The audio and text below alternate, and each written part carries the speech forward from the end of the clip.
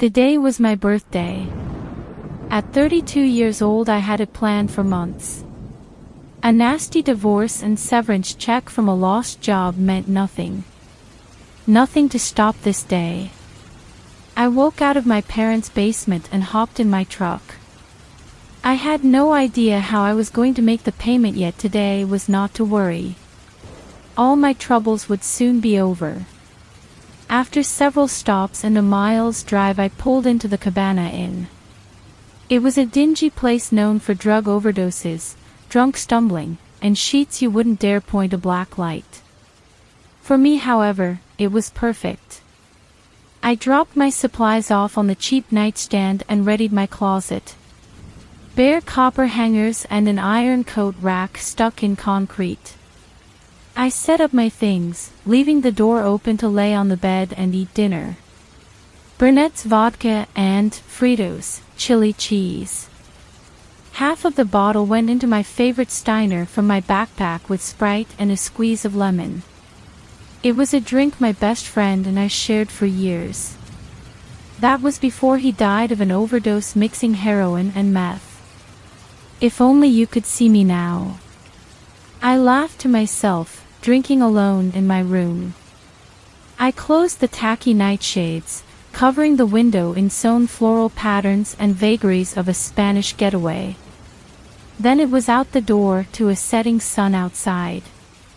The orange glow glittered over everything in the bitter cold.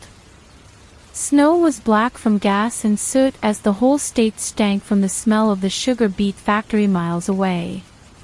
Even in that grim winter, the open air felt nice. On the balcony I smoked a Lucky Strike in my hoodie and contemplated my life. My wife Denise left me 2 months ago. Apparently she was never happy. Only settling for me as a thinner man with more hair screwed her at his leisure. A blood test I'd done in secret shown my greatest fear. The boy I raised for 7 years wasn't even mine. Even still I took her in, forgiving her. Doing all I could to be the sole provider, and this was how it ended. The real dad finally settled for her AMD hymns, so off she went without me. Back in the arms of the man she always wanted, leaving me to foot the bill. First I came home to an empty house. Never answered her phone when I called, only gave me the notice from her lawyer. She even had the gall to sue me for child support, unaware I knew her secret. None of that mattered anymore. For today was my birthday, and all would be taken care of. I flicked my cigarette into the street below. I drank more vodka and grabbed my life savings. Only a few thousand, yet it was all I'd need. Grabbing the small rolls of 20s I stumbled into nightfall. The Cabana had another perk. Mormon towns are known for 2 things: weird liquor laws and strip clubs. Right across the street from where I stayed was The Torch. The dingy wood roof was covered by tacky purple lights and a pair of giant red lips on a sign that held its namesake. I popped a mint to cover the smell of liquor on my breath as I headed in. A small man who doubled as the DJ took my license, looked me over once to see if I had any creepy vibes, and let me in. The place was dark.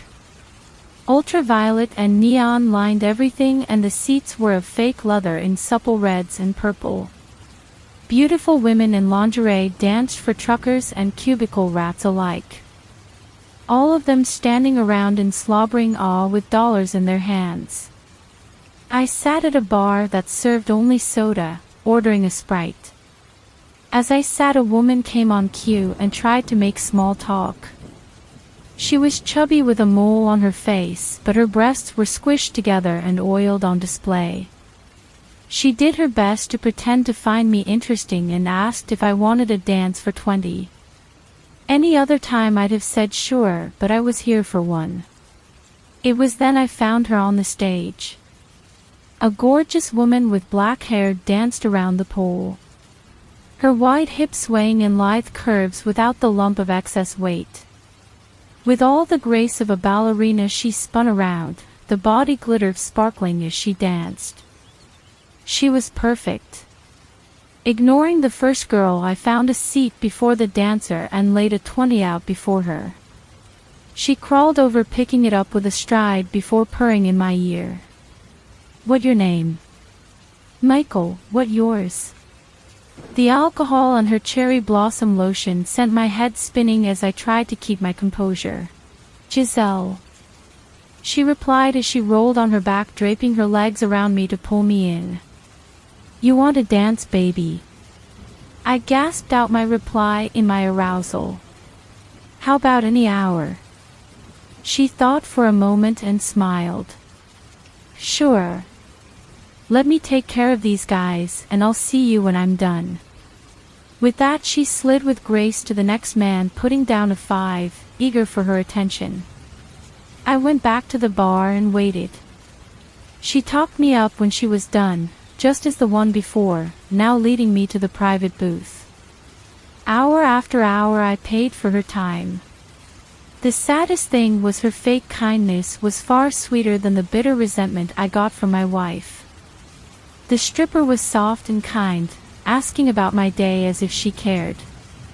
Before Denise left, I would be lucky to get so much as a hello, free of a scathing comment about how much of a loser I was. I did my best, kept everything paid, I even put in overtime. None of it was enough. Her other man had his own business, with a nicer car and house, which whenever we fought, she was sure to bring it up. Never outright saying she was cheating on me, just inferring it with passive-aggressive comments just where I could hear. Finally, I once accused her of cheating in an argument. My wife glared with the cruelest of smiles before saying, "If you weren't so pathetic, I wouldn't have to." Now was not the time to think of her. I had a woman far more beautiful in my lap and all the money to keep her there. Even if it was for only that. I must have given her $1,000 before the 4th hour passed. I learned her real name, found she was in school to be a nurse and was using this to pay the bills. She had an OnlyFans accruing members, and between the two she'd been quite comfortable. The only reason she stayed in school was so she'd have something to fall on when her beauty faded. The money from her industry running dry. "I won't die in a trailer like my mother," she admitted, the bitterness over it seeping through her tired eyes. I didn't judge her for her choices. I was just thankful she was kind. She didn't sneak insults at me when I told her about my life. Acknowledged my feelings when I vented, even looked for ways to compliment me where she could. Were it not for where we sat, I would have been in love. When her time was up, I threw my Hail Mary. I fumbled out I had a room across the street and another 1,000 if she'd join me. She thought for a second, shrugged and gave a nod. I was thrilled. I gave her the room number, headed back and waited. It wasn't an hour before I heard a knock. She came in, looked me down for signs of a knife or a gun and stepped inside. I gave her the money and so the deed was done. It cost me everything I owned, but for that next hour, it was worth it. I didn't think of my wife, my failures, or anything which caused me pain. All there was to be had was sweat, skin, and ecstasy. When it was over, I thanked her. She smiled, gave me a kiss on the cheek, asking if I was all done. I nodded in my exhaustion and she was on her way, pausing only with a brief look of horror when she saw what was in my closet. She stepped out, keeping her composure, closing the door behind her. Still I lay there, drunk in the cocktail of oxytocin in my brain from the best sex I'd ever had. As I calmed down, I knew the time had come. I put my pants back on, had a smoke and downed the remainder of my bottle. This would be the happiest I could ever hope to be. It was all downhill from here. I went to the closet and saw what made her recoil. A rope lay in its coil waiting for me. I unbound it from the plastic liner, looping it over the curtain rod to tie a perfect slip knot. A skill I learned from my days in summer camp as a boy. The bottle and sex had me drunk and exhausted, yet now was not the time to falter. I went to my bag, grabbing the last of its contents before flipping on the television. I watched some anime of fighting robots, opening the bottle of Z-Quil in my hand. I stood there in the closet with rope around my neck, drinking it down till nature did the rest. I remember falling asleep. The room went dark, and in that brief moment there was nothing. Then, as though coming to in the middle of a dream, I stood inside my room. All around me lay in a haze devoid of color. It flicked and buzzed throughout like white noise on an old TV. I turned around and saw myself unconscious, hanging by my neck. Any sense of panic or dread was gone. It was as though feelings happened to another person. Experience secondhand. Feeling, sensation, the chemicals we derive from sight and sound were gone. Watching as I drew my final breaths, I felt everything I could be. Nothing. I looked at myself, yet there was no body to look at. I would have thought my soul a pair of eyes if it wasn't for what happened later. For now I willed myself around. It wasn't like walking, more like when you think of something in a dream and you shift there. The camera of your mind's eye sliding as though on rollers. Heading through the door unopened, I shifted to the world outside. Everything was still black and white. The static in my sight stifling as the parking lot shone in neither night or day. An overcast twilight with no sun or moon, void of all life and color, leaving only the empty gray. The only word that comes to mind to encapsulate it all was simply dry. Nothing else to do. I wandered. The inn was empty. So was the strip club, the streets between, everything. I felt like the only person left on earth, with no body to even be. As time grew on, I traveled further, entering a gas station. Looking around, I couldn't interact with anything. Nothing I could touch, no hands to grasp a chocolate bar or beer. Just your mind's eye to dream within a dream. Stuck between life and death on the outskirts of time, I realized there was nothing left. Nothing but to wander these dry places. This went on for hours. Or what felt like hours, I wouldn't know. Nothing there to mark the time, but nothing. Waiting for nothing, for nothing was to come. The boredom was torturous. A primal urge to experience anything welling up like pain. An ache for a cigarette that does not exist. No body to experience anything but anxiety and dread. An urge without a name, only white static devoid of any sound, and the want for something, anything to happen. Eventually it did. Wandering through town square, shimmers of passers-by would flicker in the briefest moments. I would walk through them as I could catch them, and there for a split second it was warm. A glimmer of color to flash inside like the joyful expectation of something about to happen. Then it would evaporate yet again, leaving you in a desert devoid of even sand. The sensation was addicting. With nothing else to feel, I remember being desperate for it. Any sensation for my mind to wrap around. That thirst consuming me as I desperately happened back and forth. Wandering throughout this dreadful world, searching for a drop of life. I mentioned I was not alone. Looking up then I saw what called this place its home. There in the shadow of an alley stood the first thing to have a body. Its form looked like scribbles weaving in and out, making the strangest of geometric shapes. Those shapes collided, warping throughout each other to form its eyes. Its hands. Everything twisting in a seizure of lines in movement. The gears of rotating triangles that made its eyes saw whatever there was of me to see. Its face contorted in a sadistic grin like a predator before a meal, the cacophony of lines in its body shivering in arousal.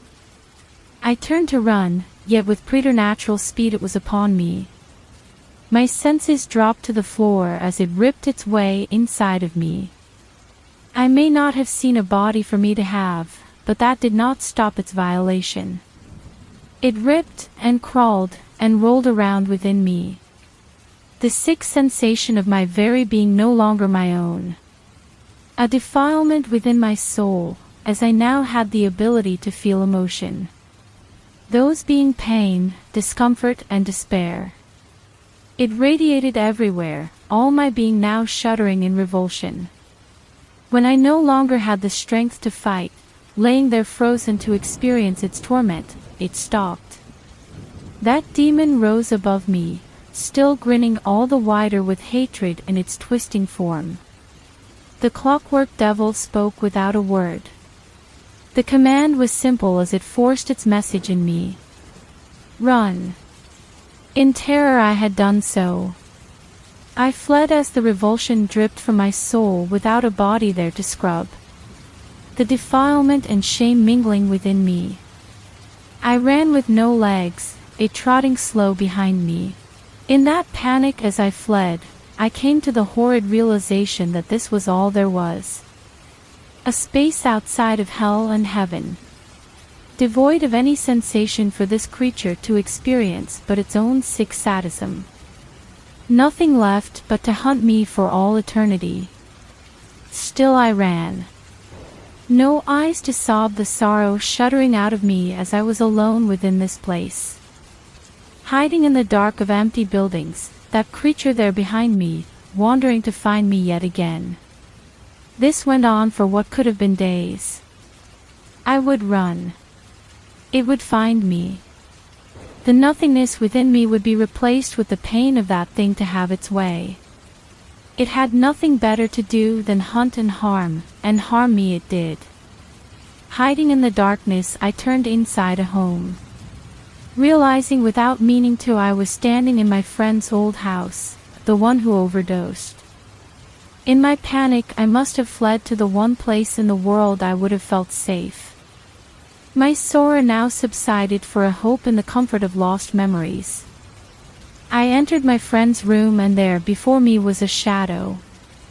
It shimmered in the light with the smallest hint of gray. A blurred silhouette shaped like another person. The fear that brewed inside me shook as I turned away to run. I was terrified that the demon now had a partner, someone to pass me to like a pipe to share my torment. The shadow raised an arm, however, reaching to touch me gentle. In that moment a flicker of memory occurred. The thought of my friend and I laughing drunk in his bedroom watching television. We would watch some gory horror film, mocking the props and actors. Boasting of what we would have done instead. Before the night was over I'd shake his hand and make plans to meet again. It was Chris. My friend was stuck in here as well. I'll never know for how long, but here he was with me. The shadow person hugged me close and I felt the briefest bit of warmth, mingled with our shared sorrow. When we separated, my friend turned to leave. It had no words to say and yet I knew to follow. We went through the town, the trees and buildings in the empty gray as we wandered ever on. Eventually we arrived to where he meant to lead. The two of us returned to the parking lot of the Cabana Inn. Only now there was a doorway. It had no walls to prop it up or even a door within, yet in that entrance there was blue. A sky hue with flecks of clouds, rolling as time moved in a gentle breeze within. Its peaceful glow stood in stark contrast of the world we were in, its light soaking into the concrete there around it. I could have sobbed in joy, yet there was no time to do so. As I turned I saw that demon chasing after. Its sadistic grin like a Cheshire cat, mad in a mix of rage and glee I would never have thought possible. It charged on all fours, tearing towards us like a lion, leaping upon its prey. My best friend pushed me through that doorway. I turned as I fell through, watching as that thing leaped upon him instead.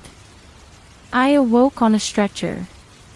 An ache racked my body as I choked to life, spitting up a mixture of vomit, charcoal and blood. Two paramedics high-fived each other and cheered, congratulating themselves before checking my vitals. I learned later that the stripper had a heart of gold, calling the police to warn them of my suicide. By some miracle, the ones who got the call were down the block, hunting for drunk drivers. The cops had found me, cut me down, and all this occurred within an hour. I left there with a hospital bill larger than my arm, and a pamphlet from mental health services. Now I go to any church that will take me. Catholic, Protestant, Orthodox, I don't care. But every day I light a candle for my friend, begging anyone who will listen to pray for his mercy. Maybe you can do so as well. His name is Chris. I spend every moment thankful I'm alive, and horrified at what is happening to him as we speak.